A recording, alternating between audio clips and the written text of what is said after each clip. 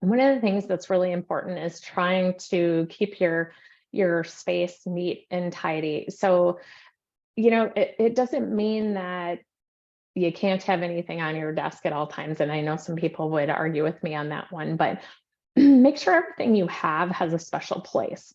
So, paperwork, um, you know, even if it's not all where it needs to be, one pile of papers instead of 20 piles of papers is the way to go. Have a place for things to go in their final resting place. And ultimately, if you're becoming paperless, which is a great way to be, it should scan it, forget it, shred it, get rid of it. Don't keep it on your desk. Okay. So, one thing to always try to do is at the end of your day, make sure your desk is neat and tidy before starting your next day, because otherwise you're always going to be starting in the hole, right? You can add additional space, if you don't have a large office space, and not that you necessarily need a large office space. I know a lot of people work in small shared offices in real estate. So you can go vertical, use shelving to your advantage. So you can do things like that to keep yourself more organized. Organize your stuff into folders. When you're talking about email storage, I use the heck out of email folders, not just email folders. When I'm talking about, my file explorer is filled with folders inside of folders, just to keep everything organized, and I know where it goes. It's an easy place to find. You can always search for things too, but keeping things in email folders, and if you've got paperwork that you just can't part with and shred, keep those in folders. Go the old school route and use manila folders and write on them with a Sharpie with things that maybe you need to get to later, or you have some paper files that you use often to write on, which is fine. I mean, I still write my applications by hand because I feel like I do a better job with my clients that way. But then I get rid of them when I'm done. All right. So this, by keeping your paperwork neat and tidy, is going to help you to touch things less. So when you're touching files less, touching paperwork less, you're saving time that way. Other ways that you can improve your workspace to be more productive is, which is crazy, but putting plants in your workspace actually is proven to increase productivity by 15%. It helps you improve concentration. A standing desk is a great way to help with increased productivity. So it doesn't mean you need to stand all day or sit all day, but you can do a combination of each, set timers, however you feel comfortable doing that. And clean up your cables wherever. I mean, everybody has tons of cables when they have monitors and all these things connected. Keep them clean. You can buy the Velcro straps or use twisty ties, whatever you need to do to keep them organized. And another way to keep yourself organized, and we're talking about, office space and storage, just kind of threw some things together in a category here, but cleaning up your reading list. So if you're like me, you have several things you want to get back to and you want to read when you have time. Ways you can do that, if you have, it depends on what kind of way you like to read. Do you have a Kindle? Do you use Audible? Do you actually read books, or do you listen to books? I have a couple different ways that I save, but one is a folder in Chrome. I have a folder for reading later if there's articles or maybe a YouTube video that I want to listen to. And then also you can, with your Audible, you can have your reading list there. Kindle, same thing. But clean it up. Don't leave stuff out there that you're probably never going to get to ever. Okay. And then computer desktop, keeping that organized, which is something, I never put a lot of stuff on my computer desktop, but I've seen some people where their entire screen, you can't even see the background. It is so crazy. And to me, that would cause tons and tons of anxiety. And apparently it's proven to do just that. So make sure when you have things on your desktop that you can see your background. If you have to create folders to put things inside of folders to keep it a little more neat and tidy and more manageable, go ahead and take care of that. And then one thing to remember to help your computer run faster, get rid of things you've downloaded. You probably don't realize how many things you download when you're on the internet. And I'm sure as agents, you're downloading a ton of files as we are. So get rid of those on a regular basis. And then remember to empty your trash, which most commonly is on your desktop of your computer. All right. So now I wanted to get into paperless. So going paperless has been something that I really had to adapt to many years ago when I was driving between two offices that were not close to each other, and had to learn how to access files because, you know, back when I first started doing mortgage many years ago, and Cody might even remember this, but I used to take, you know, like these banker boxes home, and I would fill it full of files and crap that I felt like I was going to work on that night, and I'd bring it home and I'm going to work on it. I'm going to crank all this out. And of course, that's back when we had paper files too. But and then I'd bring it back the next day and I'd be sorting through everything, and it's just not the most efficient way to do things. So we came up with a way.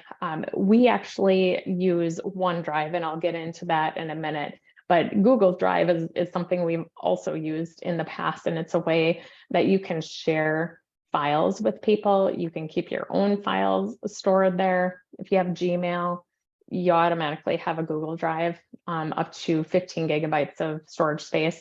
I pay extra and I get up to 100, and I have a lot of stuff on my Google Drive and I'm only using 50. So it goes to show you how much space that you can use. And I think up to 100 is so much a year, it's not that much.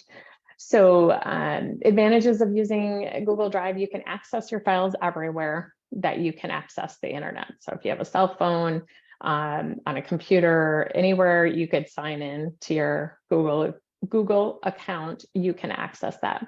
You can edit files real time with multiple users. So if you use something like Google Sheets, which is like Excel, love the heck out of that program.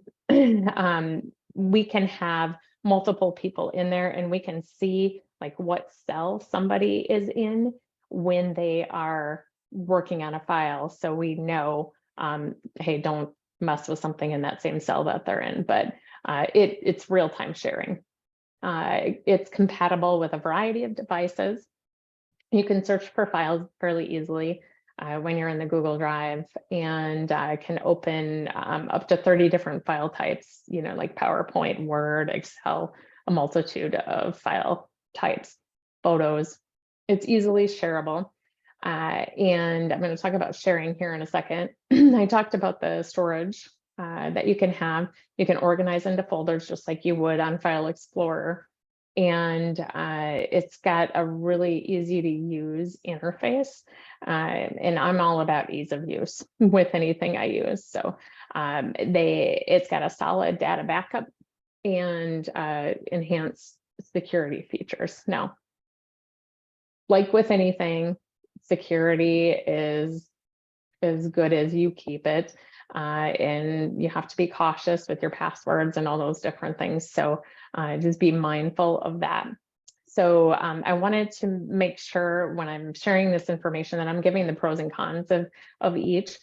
So with the Google Drive, the downside of it being real time is that you can accidentally change data on there and not realize it. So if you're working with multiple screens, you really have to get used to where your cursor is when you're typing, so you don't type over data.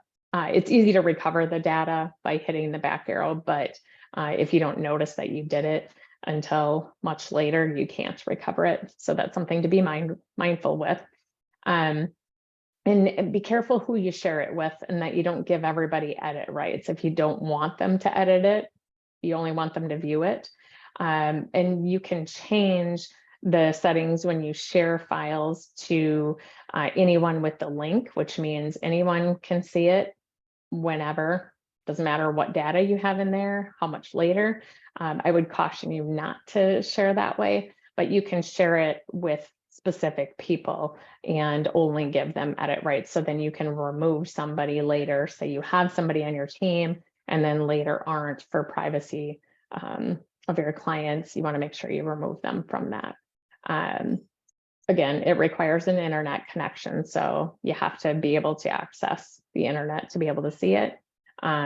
There are daily file upload limits of 750 gigabytes, but in all honesty, I don't even know how somebody would hit that in a day, because I've uploaded a lot of data at one time and it never yells. So file size limit is going to be limited to 50 megabytes per file, which again, never hit that. But if you, an example might be if you have a spreadsheet that is got an extremely high amount of data in it, it may not be able to go high enough. And then security risks, I already talked about. Just like with anything, you have to be careful. All right, so some apps that you can use with the Google Drive. Google, I mean, if you have a Gmail, you already know there's tons of apps out there that you can use it with. Google Sheets is something, like I said, I use it all the time. It's just like Excel, and I think it's a little more user-friendly than Excel. Personally, there is some functionality that you can't quite do in Google Sheets that you can do in Excel, but for the most part, I haven't really found anything that it doesn't do. You can create checklists. You can, Google Docs is the same as Word. Pages is the same as PowerPoint. You can Google Photos, the list. I could sit here for an hour and go over all the stuff, but there's tons of things that you can do. And again, you can have the app on your phone, on your computer, so you can be accessing this stuff anywhere, which is what I really love about it. And it helps me to maintain being paperless a lot better than what I could before. All right, so OneDrive. So OneDrive is a Microsoft product, and this is your file explorer. So when you're on your keyboard and you hold down the little window key and you hit E, that is what loads up all your files that you can see. It may be called something different on Apple. I'm not as familiar with Apple computers anyway. So when you're on the OneDrive, if you're signed up for Microsoft Suite, you can have this functional shared drive that you can access anywhere. Okay, this has a stronger security than Google, in my opinion. But the downside, it's not necessarily like backed up like Google is. They say it is. So, I could see pros and cons going both ways on that one. But it's easy to share.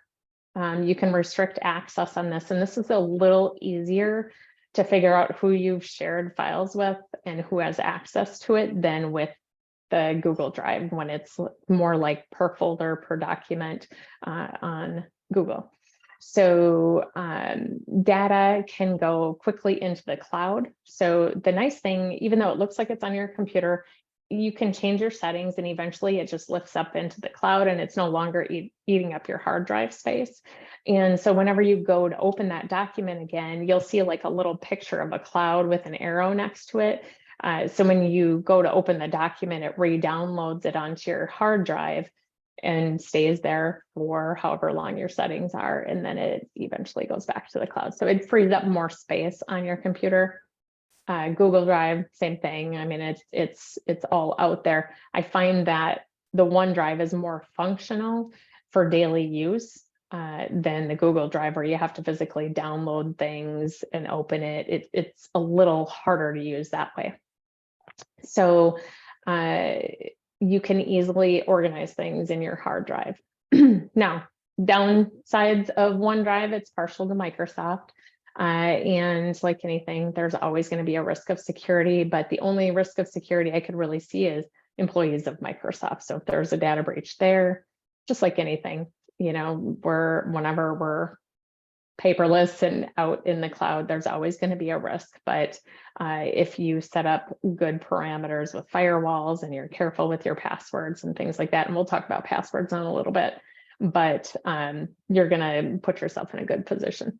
Now, the OneDrive is going to have file path name length limitations, so that the name can't be too long, but I honestly, it's never really been a huge issue.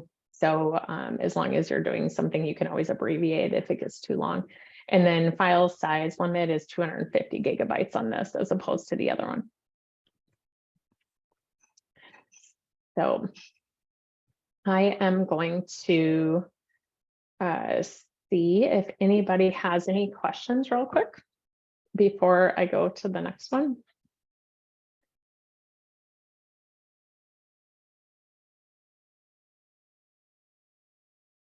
Nope. Perfect. Okay. I just want to make sure. All right. So next is following that same note with going paperless. So there are scanner apps that you can use, so you can scan things in right away. Like I said, scan it and shred it. Wait until you save it so you know the scan worked. But apps that you can use are Cam Scanner is an app out there. Adobe Scan, the Notes app has a scanner function. If you have an actual all-in-one printer, you can scan that way too. I'm just talking about scanner apps on your phone. iScanner is another one. So if you're on the go and you want to scan something quick, you can do so that way. All right.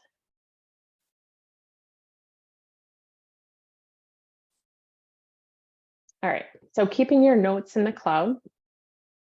This is one, I'm going to be honest, I struggle with the most. Most of you know that I love notebooks and I like handwriting things. I remember things better that way. You can write things down and still put them in the cloud. There's ways to do that. So if you don't mind not writing things down and you're okay with doing notes electronically all the time, you can do OneNote. I like OneNote a ton, and you can, again, you can make folders, sections, section groups, almost like a regular notebook with chapters, and you can shove things where they belong, move things around, which is pretty cool. And there's also a mobile version of OneNote. You can share it with others, much like you can share other things. Again, it's a Microsoft product. Another way is Evernote, or if you have Remarkable Notebook. I tried Remarkable, I couldn't get used to it, but a lot of people swear by it. So the Remarkable, you can also scan in notes, it can convert to regular text. So there's some pretty cool notebooks out there that you can do things that way as well. Or if you like handwriting, you can scan those in later and file them where you want to. Usually by the time I do that, I realize I don't need the notes anymore. But okay, so managing expense receipts is another way to simplify life. You guys are probably thinking about or dreading April 15th, because you've got to get all your receipts together, figure out your mileage, do all the things to make sure you take the right expenses and don't take too many expenses, because you never know when you got to show on paper how much you make. But there is a great way that you can do those things throughout the year so that you're not scrambling at tax time. So one, we already talked about going paperless. So when you have a receipt or an invoice or whatever, you scan it, file it away, create a folder called tax receipts or whatever, however you want to label it. And that's a great way to do things. So it's easy to find at the end of the year. You need to be consistent with it, and you need to do it on a regular basis. So I, would say weekly or bi-weekly, no less than, or no more than over a month before you're working on these things again. So if you do it on a regular basis, it's just quick and easy and you move on. So you can use ways to track due dates and the amount of your bills. Google Sheets, I use big surprise spreadsheet for my bills when they're due. You can move things around and change them, delete them as you pay, however you want to do it. And then there's software you can use like Expensify. Mile IQ is a great app, or Trip Log for doing logging mileage on a regular basis. I know my CPA always hated me when I brought in mileage when I could write it off, because I waited till the end of the year and did it and just wrote it in a calendar. Anyway, so these are things that you can keep track of things as you go through the year. And then scan your receipts using the scanner app, whichever one you choose, scan them in right away and be done with it, so that you don't have to worry about trying to find all your paper receipts in a shoebox or however you keep them. You can have them much more organized that way. So I highly recommend doing that on a regular basis. All right.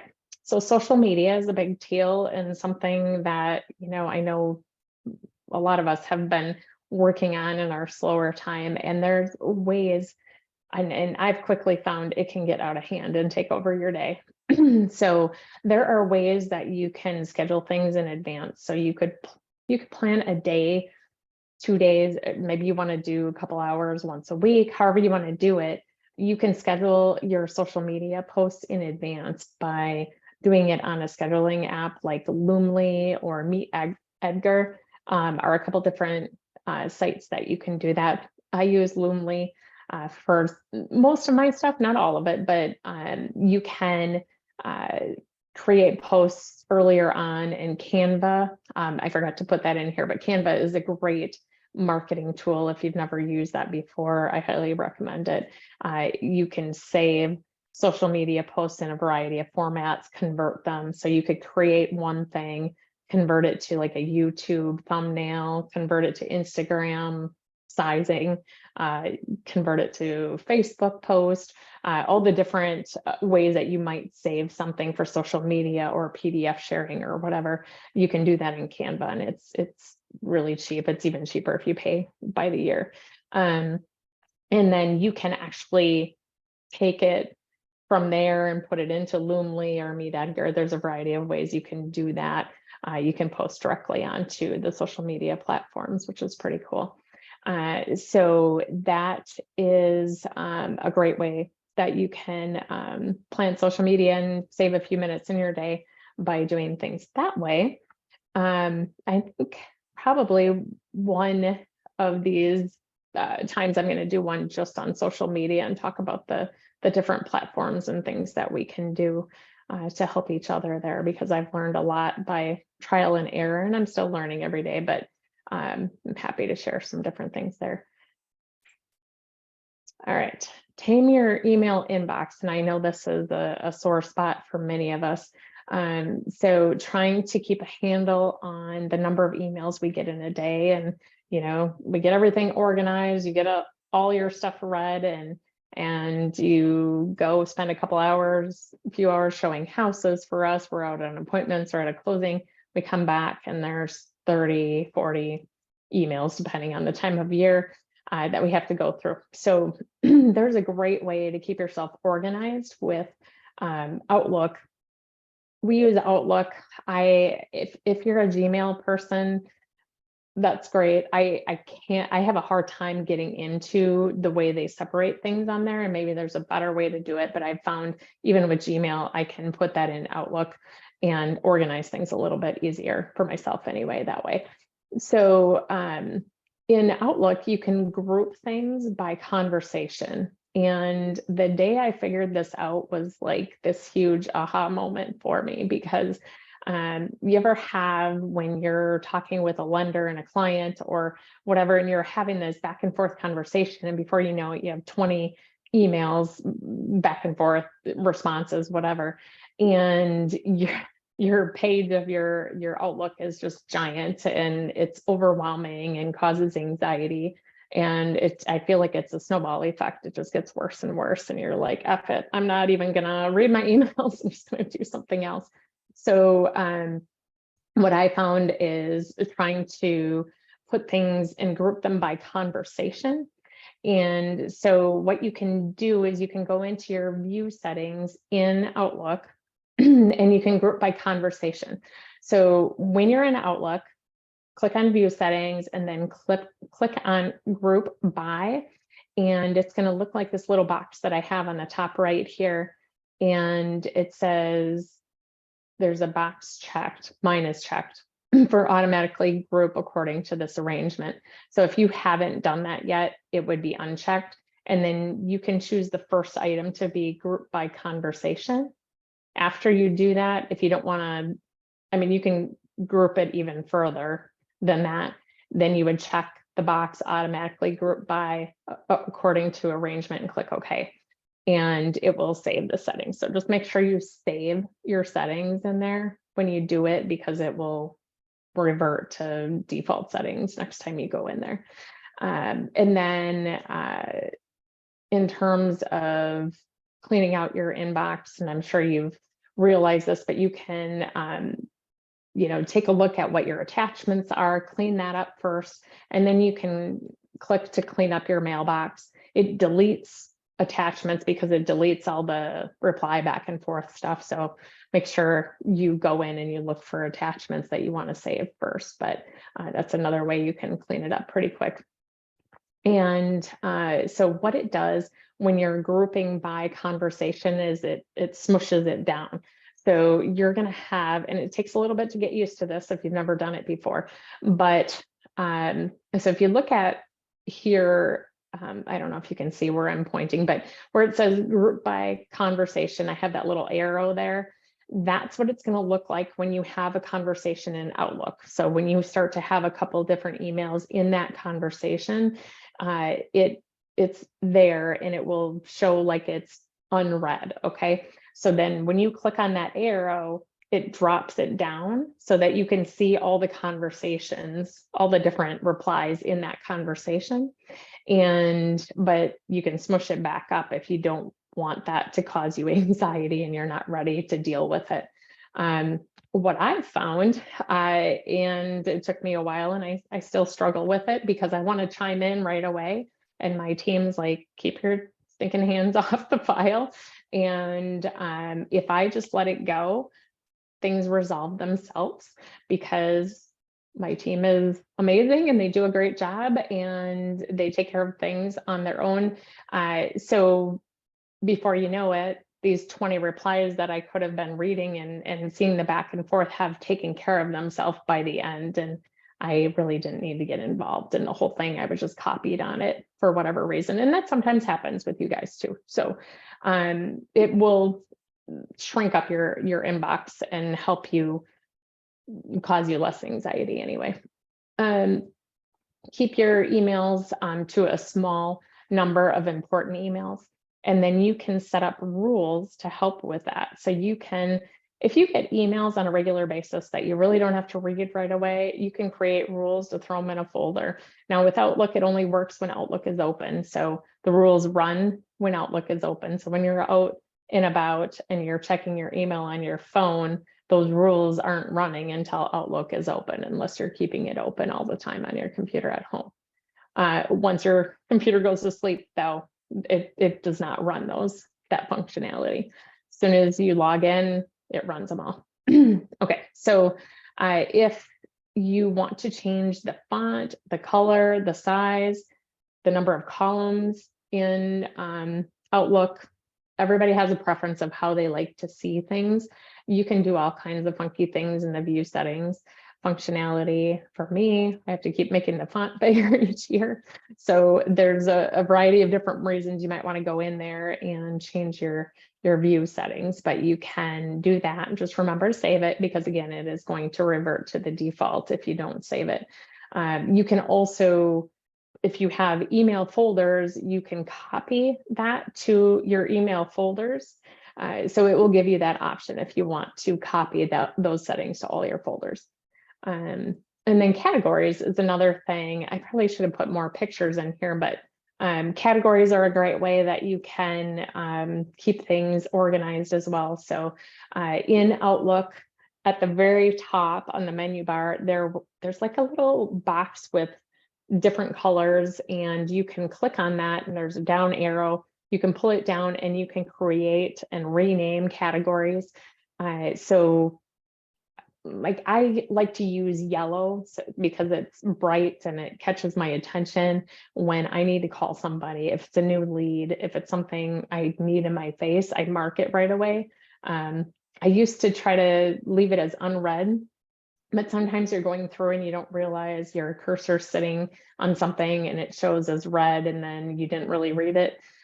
So I go ahead and I mark it so I can come back to it later. You can color code things in your calendar that way too. I like to do that just so when I'm looking at my calendar, it feels to me a little more organized that way. It's just me. But that's another way that you can use to organize yourself in Outlook. So I am going to stop and see if anybody else has questions at this point. Doesn't look like it. Okay, perfect. So templates. So templates are something that we use a lot when it comes to emails, and there's a variety of ways that you can use templates when you're working with clients or whomever. So when I'm just going to talk about Outlook first, and then I'll get into text templates, which is something I'm super excited about. So I'll share with you guys that in a minute. But in Outlook, you can create templates a couple different ways. You can do it through quick parts or signatures. And I'm going to send out this PowerPoint at the end or later today so that you guys have it. So don't worry if you're not getting the notes quick enough or writing down the rules. I'm going to share this with you guys so you can use the tips. So with the Outlook quick parts or signatures, you can create a signature through quick parts. So we'll talk about the first one. If you're in an email message and there is something that you're saying over and over and over to a client, and we have that all the time, you can save, you would copy whatever it is that you say all the time, and I'll like replace their name with X's, so I remember to go back and change that before I send it to somebody else. But you can select insert, you click on quick parts, and then you can go ahead and save the selection to your quick part gallery. So then the next time you want to insert something in there, you can insert, click on quick parts, and then it will be there and you just throw it in there real quick. So it's just, so when you're doing the repetitive things. Another way to do that is signatures. So you can do it the same way, you highlight the text. But one thing I want to caution you on when you're doing signatures, if you have an automatic signature that's on everything, it does wipe that out and replace it with the signature. So make sure you include your automatic email signature at the end of whatever you're typing. So if quick parts is just something you want to insert into the body of an email, like maybe a little part, where a signature might be one entire email that you send regularly. So there's a number of different ways you can skin a cat here, but Outlook file template is another way that you can do it. So there's 3 different ways. Everybody has a preference. I use signatures more than anything because I find I've lost quick parts in the past because sometimes if Outlook crashes, something happens when you go to reload Outlook, you lose that, where signatures don't go away. I don't know why, but I just kind of reverted to using signatures all the time, but everybody's got a different preference. Outlook file templates is just another way you can do it. So you can create a new message. You can click the office button at the bottom or in Outlook, save it as an Outlook file template format. And this one, you want to make sure you remove your signature because it will duplicate it. So each one's got little different rules. But again, you can use the Outlook file templates to also do the same thing. Okay. Well, here's my favorite, because we are on our phones all the time, texting and emailing and whatever, and it's not always at our desk. And I'm not as quick with texting or emailing as younger people, and it takes me a lot longer to go through things. And sometimes I autocorrect changes something and I miss it. So I like to have some commonly used templates. And so you can do this with this really awesome app. It's called Crisp. And so this is what it looks like when you go into the Apple Store. Google Play, I'm not positive what it looks like, but I'm sure it's very similar. And it's, gosh, I think I paid $2.99 or $3.99 for the app. It's a one-time deal. And you can go in there and you can save these templates and you can create folders. So like I have one called lead gen, have one called personal. So you can have different folders and then you just download the keyboard. And so this keyboard, what it does is it puts, if you look in the lower right picture I have here, I highlighted the little world icon.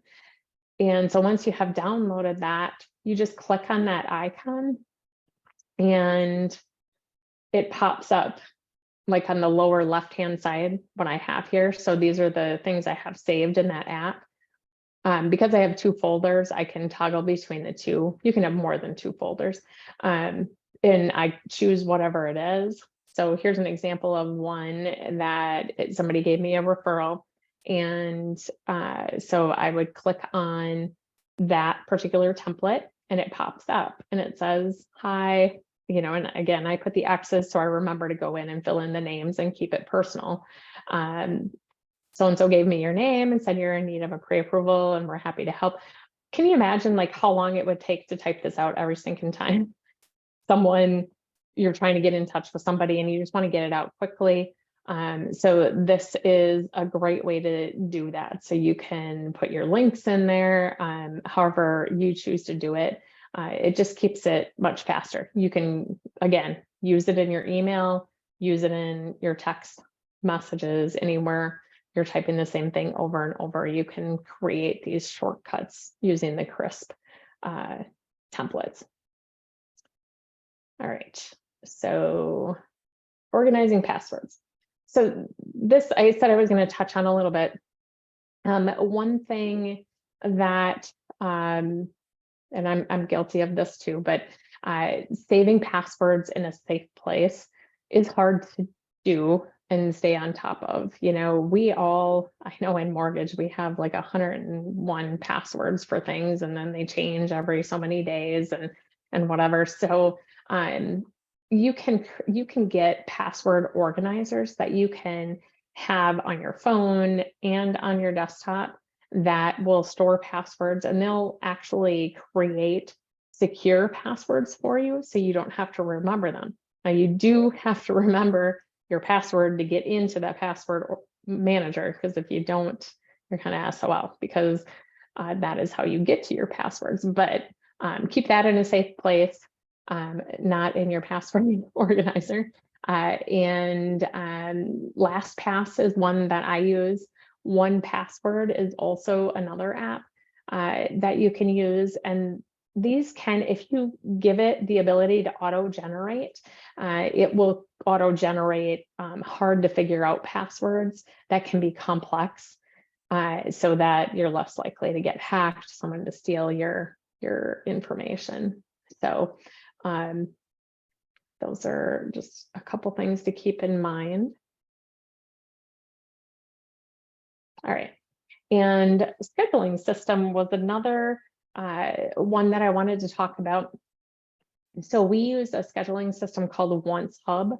There are others, Calendly. I don't know as much about Calendly because I wasn't able to use that before in conjunction with my Outlook calendar. So we just started with OnceHub and have used it ever since. But I know they're fairly similar in their functionality. So OnceHub is, once you're in there, you can have a one user account, you can have multiple users if you have a team. And it just avoids the frequent back and forth emails and helps people schedule things on their time that works in your calendar. So, you know, by the time they get back to you, you might have already booked another appointment, and it creates this back and forth. We probably use this more often than an agent might, because I know you have to be Johnny on the fly sometimes, a lot of the time, but it could be something that would be helpful if you want to schedule listing appointments at certain times, or maybe your new buyer consults at specific times, or if you coach other people, if however you want to better organize your day in terms of your calendar, you can do so using OneHub, and you can create all of these different events. So like if you guys have time, you can even do it on the spahrteam.com website, but you could go to schedule thespahrteam.com. You can see our variety of different events that we have available for clients. And we set it up so that they get SMS notifications and email notifications, giving them reminders. And so they're less likely to not show up for the appointment. We also give them the option to choose Zoom if they want to do that. So there's a couple different ways that they can get in touch with us. And I see that we have a question. Yep, Sherry, go ahead and type out your question if you need it, and I'm happy to answer. So in terms of the advantages, you can tie it into your calendar so it's real-time updating. So if you keep your calendar updated, you can, on OneHub or Calendly, you can set your day schedule, like Monday through Friday. I only want to take appointments from, and I'm just making this up, 8 to 5.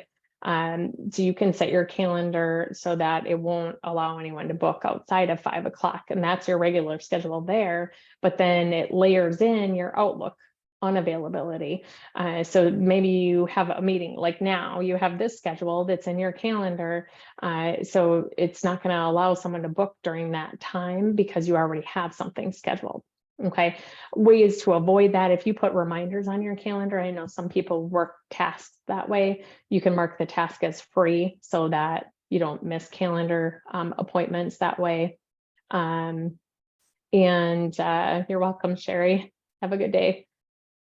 And so, like I said, you can put Zoom in there, you can create templates for the SMS and the email reminders, and you can even create like the form that they fill out where you're asking specific questions ahead of time that they're filling in.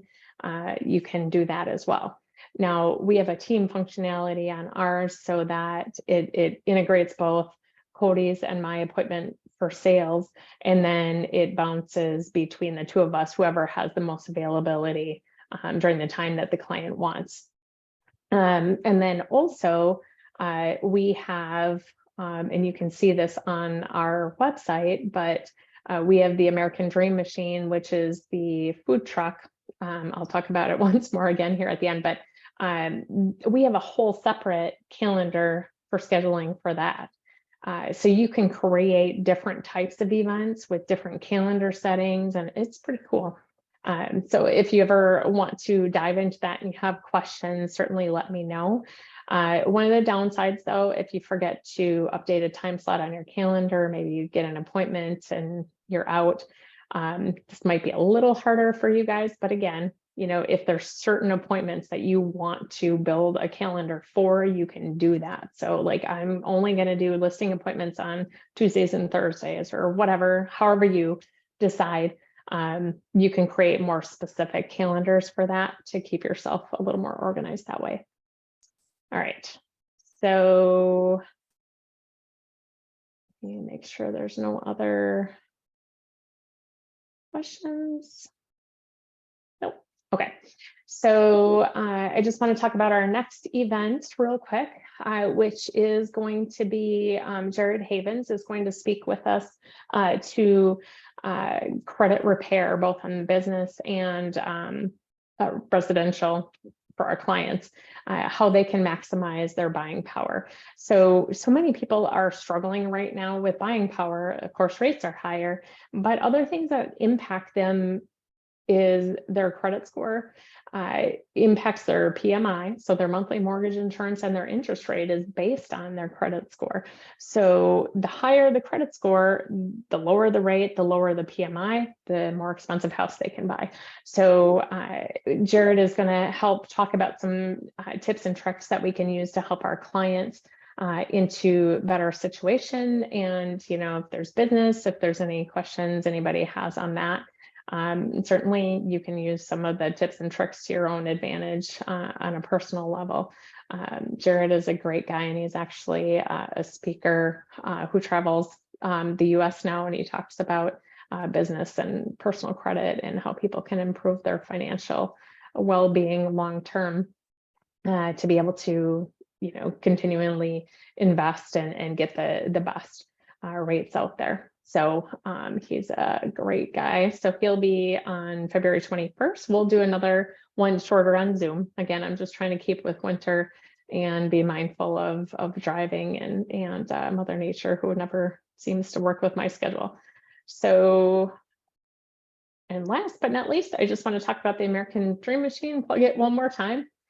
So we are going to be live this year. And so as soon as it's warm enough to not have to winterize it all the time, we will be at events in the Twin Cities, and it will be promoting education. And one of the things that we've noticed really in the last 5 or 6 years, I've seen the gap widen of educated.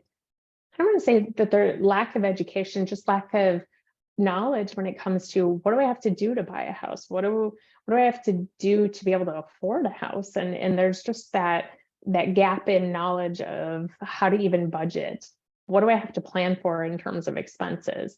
A variety of different things that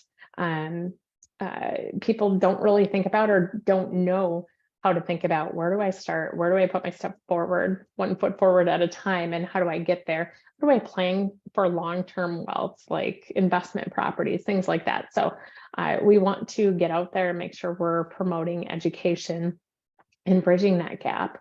You know, it seems like the first-time buyer age is continually getting higher. And part of that reason, not only are things getting more expensive, but just the knowledge base is different. And, you know, the younger people, you know, my youngest came out of high school with going through COVID, and, you know, just socially, they're at a different level. Kids that were in college, you know, it's just different the way people learn now. And I feel like we really need to hone in on this education piece and promote building wealth through real estate as much as possible. So more to come on that, and the events that are planned will be on our website as soon as I get them all nailed down with permits and everything like that. But so if there aren't any other questions, that is all I have for today. And I appreciate you guys taking the time out of your day. I know you're busy and it's starting to heat up. Hopefully it continues and we get some more inventory coming down the road too. Remember to use what I said in terms of talking that big financial picture when it comes to giving advice, and don't let people get too hung up on the rate, to make sure they talk to a lender about their big financial picture. There might be some kind of nugget out there that can help them save even more in the long run. So I hope you guys have a fantastic day. Let me know if you need anything. Cody and I can be reached by text or phone. Talk to you guys soon.